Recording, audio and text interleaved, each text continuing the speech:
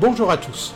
Nous sommes en 1990 et Clint Eastwood se rend en Afrique noire pour tourner son prochain film. Un territoire lointain où personne ne l'attendait. Et pour la troisième fois, après Pale Rider et Bird, son film est en compétition officielle au Festival de Cannes. Une œuvre étonnante qui s'en va fouiller dans la sensibilité de Clint Eastwood envers le cinéma.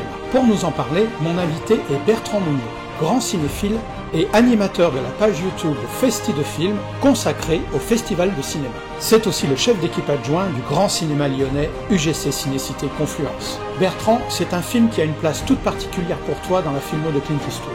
Oui, et déjà c'est un film qui parle du tournage d'un film. Donc à l'époque, quand je l'ai découvert, j'étais jeune étudiant, donc forcément ça me parlait beaucoup. Puis j'ai eu la chance de le découvrir en octobre 2009, lors du premier festival Lumière, dans un double programme avec African Queen. Donc ça a été un moment plutôt inoubliable. Voici l'essentiel sur Chasseur blanc, cœur noir.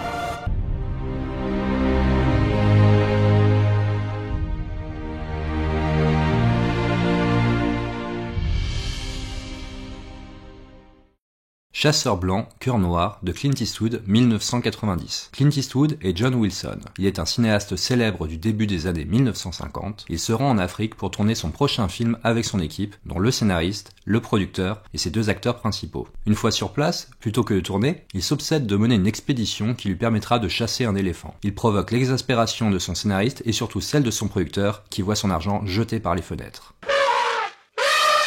Aux côtés de Clint Eastwood, Jeff Fahey incarne Peter Verrill, le scénariste aux beaux yeux, qui s'agace de voir le réalisateur vouloir sacrifier un animal comme l'éléphant. Ce n'est pas un crime, c'est un péché, dira-t-il. Il est aussi le shérif adjoint Tyree dans Silverado, Job Smith dans Le Cobaye ou encore J.T. Egg dans Planète Terror. L'excellent George Zunza incarne le producteur Paul Landers qui tente vainement de faire travailler son réalisateur. Il joue le policier adjoint Gus Moran dans Basic Instinct. Marissa Berenson est l'actrice Kay Gibson. Elle demeure l'inoubliable Lady Lyndon dans Barry Lyndon de Stanley Kubrick. Enfin, le grand acteur anglais Timothy Spall incarne le pilote de l'avion. Il sera Peter Pettigrew dans la franchise Harry Potter, mais aussi Winston Churchill dans Le Discours d'un roi et le peintre William Turner dans Mr. Turner. Pour obtenir une nouvelle collaboration entre sa société Malpaso Company et la Warner Bros., Clint Eastwood doit de nouveau se plier à leurs conditions. La Warner Bros. Accepte la coproduction et la distribution du film que s'il rempile pour un nouveau polar. Ce sera La Relève, la même année que Chasseur blanc, cœur noir. Peter Viertel, l'auteur du roman original, est engagé comme co-scénariste du film. Plus de la moitié de l'équipe est engagée sur place avec l'accord du syndicat national du Zimbabwe. Clint Eastwood est aussi entouré par sa fidèle équipe. Lenny House compose la musique et Joel Cox est au montage. John Gressmark, le décorateur, reconstitue le lac Victoria Hotel. Le bateau utilisé dans le film est construit en Grande-Bretagne et les intérieurs sont tournés à Londres dans les studios Pinewood. Chasseur blanc, cœur noir raconte l'histoire d'un tournage qui a réellement existé. Il s'agit d'African Queen, le grand classique réalisé par John Huston en 1951 avec Katharine Hepburn et Humphrey Bogart. African Queen se déroule au début de la Première Guerre mondiale dans l'Afrique orientale allemande, aujourd'hui une grande partie de la Tanzanie. Un baroudeur joué par Humphrey Bogart sauve une missionnaire anglaise dont le frère vient d'être assassiné par les Allemands. Il s'échappe en bateau sur la rivière Oulanga et affronte de nombreux dangers. Le tournage se déroule au Congo, en Afrique centrale, car John Huston souhaite s'éloigner d'Hollywood. En 1973, c'est pour les mêmes raisons que Clint Eastwood part tourner L'Homme des Hautes Plaines dans la Sierra Nevada à 600 km de Los Angeles.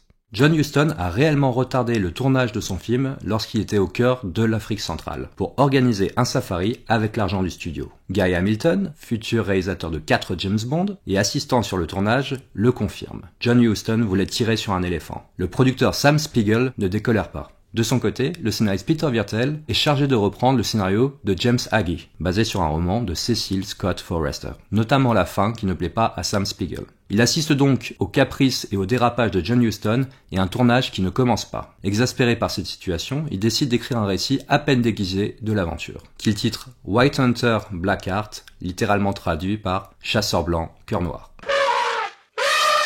C'est donc ce roman basé sur une expérience vécue qui est la base du film de Clint Eastwood. Clint Eastwood devient John Wilson, alias John Huston. Jeff Fahey devient Peter Verrill, alias Peter Viertel. George Zunza devient Paul Landers, alias Sam Spiegel. Marissa Berenson devient Kay Gibson, alias Katharine Hepburn. Richard Van Stone, dans un rôle plus court, devient Phil Duncan, alias Humphrey Bogart. Peter Viertel fait de son roman un scénario et pendant 30 ans, il passe de producteur en producteur pour finir dans les mains de Clint Eastwood. En découvrant découvrant le script, il se reconnaît dans les deux personnalités du réalisateur qui est à la fois attentif et intransigeant. Ce comportement complexe, voire autodestructeur, était déjà dans le personnage de Red Stovall dans Honky Tonk Man ou de Charlie Parker dans Bird. John Huston, devenu John Wilson, s'obstine à vouloir tuer un éléphant même s'il se rend compte qu'il met en danger toute la production. Ironie du sort ou mauvaise conscience, John Huston, 7 ans plus tard, mettra en scène Les Racines du ciel. Le film est tiré du roman Prix Goncourt de Romain Gary. Dans cette histoire, les protagonistes luttent pour la défense des éléphants. Clint Eastwood rappelle Peter Viertel lui-même pour co-adapter son roman en apportant de nouveaux souvenirs personnels pour l'enrichir. Le film prend forme à partir du roman original, mais aussi grâce à des entretiens avec Angelica Huston, la fille de John Huston. Pour incarner un cinéaste proche de John Huston, Clint Eastwood porte le chapeau, il retrouve le cigare de son personnage de Blondin, du bon, la brute et le truand, il transforme sa manière de parler pour avoir une voix traînante et il est bavard. Mais c'est la personnalité du réalisateur et ses rapports avec Hollywood qui a le plus intéressé Clint Eastwood. Il se reconnaît dans ce contraste entre sa passion pour un cinéma populaire divertissant et sa personnalité d'auteur qui s'affronte souvent aux dirigeants de la Warner et à leur crainte de l'échec financier. Ils sont magnifiquement représentés par George Zunza qui incarne un producteur en permanence excédé par les caprices de son réalisateur. En se mettant dans la peau de ce réalisateur, Clint Eastwood est plus intime que jamais. La longue séquence où le scénariste essaie de lui faire changer la fin est exemplaire d'un dialogue méta, qui nous en dit plus sur Clint Eastwood que sur son personnage. On peut entendre l'auteur nous dire « Il y a des moments dans cette vie où on ne doit pas se demander si c'est la bonne ou la mauvaise solution. » Pour écrire un film, il faut oublier que quiconque pourra le voir, dit-il au scénariste qui veut écrire une happy end. Beaucoup de gens ont essayé de dissuader Clint Eastwood de réaliser ce film, mais ils considèrent qu'on ne peut pas tout miser sur les goûts du public. Il se reconnaît ainsi dans ce cinéaste rongé par ses obsessions, lui qui incarnera si souvent des anti-héros. Clint Eastwood dira « L'histoire m'a passionné, comme l'ont toujours fait d'ailleurs les comportements obsessionnels ». John Wilson possède l'éloquence et le charisme qui lui permet de s'extraire de la réalité de son tournage, malgré une tendance à toujours vouloir aller vers la pire des solutions. Son but ultime est alors de commettre le péché de tuer un éléphant. On peut le rapprocher du futur Don Draper, personnage principal de la série Mad Men. Il est un publicitaire new-yorkais des années 60 à qui tout réussit. Au cours des 7 saisons qui composent la série, il arrivera à se sortir de n'importe quelle embûche, suscitera la fascination ou la jalousie de son entourage, mais n'arrivera jamais à s'autoriser d'être heureux. Malgré l'argent, l'admiration et la vie de rêve qu'il semble avoir, il ne fera que détruire l'homme qu'il est devenu ou qu'il a peut-être toujours été. Clint Eastwood continue donc à modifier son image à travers cet autoportrait déguisé. Cette fois-ci, c'est bien d'être considéré comme un artiste à part entière dont il s'agit. Un changement d'image qui s'incarne aussi à travers une double séquence. Clint Eastwood se paie une cliente antisémite et Ross un maître d'hôtel raciste. La discussion entre le vrai Huston prenant la défense des juifs et cette femme est parfaitement authentique. Elle a été reportée par Paul Viertel qui en fut le témoin direct. Le scénariste explique qu'il fut tellement sidéré par les propos de cette femme qu'il grimpa tout de suite dans sa chambre pour les retranscrire mot pour mot. La mise en scène se base sur un récit d'aventure africaine comme l'était Atari d'Howard Hawks par exemple, et sur le film à costume car l'histoire se passe dans les années 1950. On peut donc attendre qu'elle soit trépidante comme Les Aventuriers de l'Arche perdue de Steven Spielberg. Pourtant, Clint Eastwood choisit un rythme lent, ce qui lui permet de mettre en avant un cinéma tranquille et libéré des contraintes formelles, comme il aime le faire d'habitude. C'est la première fois qu'il se rend en Afrique pour un tournage, et il est plus que probable que l'auteur a aussi adapté son plan de travail aux conditions de température et de terrain du continent. Clint Eastwood accorde donc sa mise en scène aux valeurs que défend le personnage de John Wilson, sans pour autant le suivre dans ses préoccupations meurtrières. Ainsi, dans la séquence attendue où il vise l'animal, aucun spectateur ne s'attend à ce que Clint Eastwood tire. C'est tout simplement impensable de la part du héros de tant de spectateurs dans le monde. Avec cette séquence, on se rapproche du plan final qu'on ne révélera pas, mais qu'on peut sans doute classer dans le top 5 des plus belles fins du cinéma de Clint Eastwood.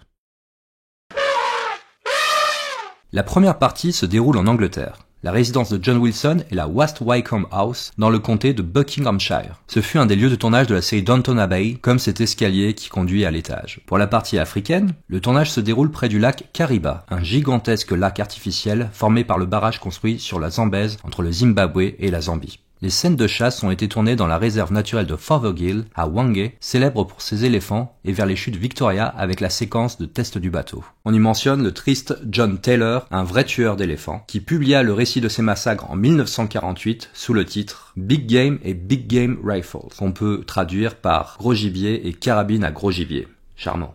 Le fusil à éléphant utilisé dans le film est aussi bien réel. Il a été fabriqué spécialement pour la séquence. Il est la réplique parfaite de celui utilisé par John Huston en 1951 sur le tournage de l'African Queen. Il a été rendu à l'armurier après le tournage, sans avoir été utilisé, évidemment. L'Afrique, c'est aussi ce territoire si éloigné de l'Occident qu'il peut finir par atteindre le caractère de ceux qui doivent y vivre, même provisoirement. À ce sujet, personne n'a oublié le pétage de plomb de Philippe Noiret dans Coup de torchon. Il y incarne un policier naïf qui pète un plomb et se transforme en ange exterminateur. Dans les grands films où les Occidentaux fréquentent ce territoire, on peut citer, entre autres, Atari avec John Wayne, Tarzan avec Johnny Weissmuller, Greystoke, la légende de Tarzan avec Christophe Lambert, Gorille dans la brume avec Sigourney Weaver, L'ombre et la proie avec Michael Douglas et Val Kilmer, et bien entendu Out of Africa avec Meryl Streep et Robert Redford.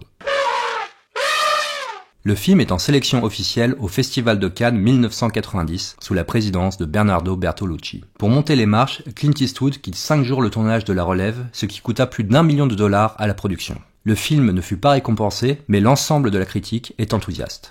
Gérard Lefort, dans Libération, si cruel parfois, écrit « Le film est terriblement philosophique et intelligent. Chaque anecdote de la vie de Wilson peut servir d'aphorisme pour la pensée. En revanche, Chasseur blanc, cœur noir fut un très gros échec public avec $2,3 millions pour un budget de 24 millions. Un tel échec est exceptionnel dans la carrière du cinéaste. Seul Bird, 2 ans auparavant, fit la même terrible recette. Revoir le film aujourd'hui, c'est se rendre compte de l'injustice que lui fit le public. Il demeure une des œuvres les plus réussies de l'auteur et surtout un véritable autoportrait qu'il serait regrettable de rater. Le film de Clint Eastwood respecte au plan près la définition du cinéma de John Huston.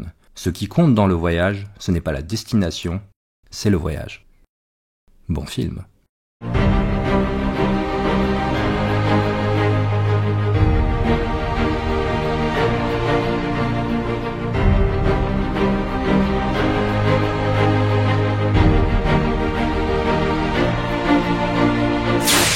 Salut, ça va? Tu vas bien? Alors merci Bertrand pour cette participation, c'était absolument génial. Et vous avez remarqué la qualité des prononciations de Bertrand des noms propres anglais qui collent évidemment à ce qu'a fait Clint Eastwood dans le film, puisque comme il voulait imiter John Huston, il avait pris un accent tout particulier sur les noms. Ah, ça vaut son pesant de cacahuètes. N'est-ce pas? Oh oui. Allez, c'est la bonne. Je te libère.